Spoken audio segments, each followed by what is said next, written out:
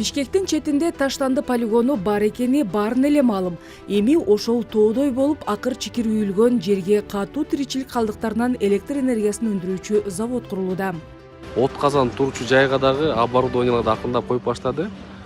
Ол мынакей бардоо цвет болуп турбайбы? Ошол уже котелдун составляющий оборудованиялары акырындап орнотуп атышат.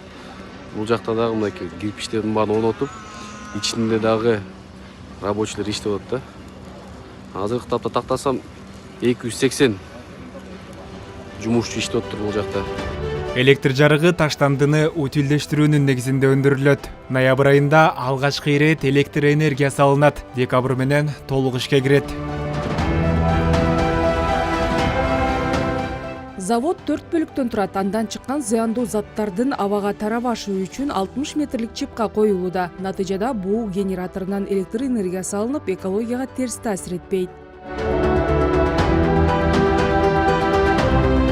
Адистердин айтымында бул долбоор Борбор Азия аймагы үчүн үлгү болот. Экотехникалык заводдо күнүнө 1000 тонна таштанды кайра иштетилет. Бара-бара өндүрүш кубаттуулугун жогорулатып, 3000 тонна таштандыны кайра иштетүү пландалууда.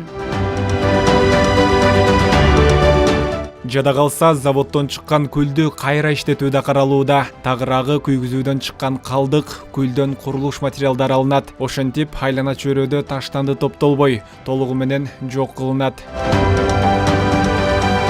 Белгилей кетсек, таштандыны кайра иштетип, электр кубатын алган мындай ири ишкана Борбор Азияда биринчилерден болуп курулуп жатат.